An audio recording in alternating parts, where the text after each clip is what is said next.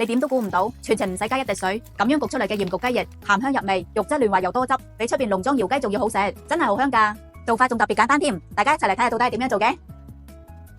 今日一大早去市場買咗2斤新鮮雞翼、雞髀同雞腳，我哋先倒入滾水渌一渌啲雞皮，咁樣啲雞皮就會快速收緊，一陣我哋醃嘅時候就會更容易上色啦。之後就要瀝乾啲水分，仲要全部抹乾晒表面嘅水分。呢一步係唔慳得㗎，因為等陣喺醃嘅時候，如果有水嘅話就冇咁入味啦。跟住就放啲蔥薑，呢道菜好食嘅關鍵就係倒入呢個沙薑鹽焗粉啦。想色水靚一啲嘅話，可以加少少老抽落去，再倒翻1瓶蓋嘅廣東米酒。最後加翻啲花生油落去，將佢充分撈均勻，醃翻30分鐘以上，醃得越耐就越入味。咁如果大家驚記唔住嘅話，可以先將視頻點讚收藏起身，幾時想整嚟食，跟住嚟做就得啦。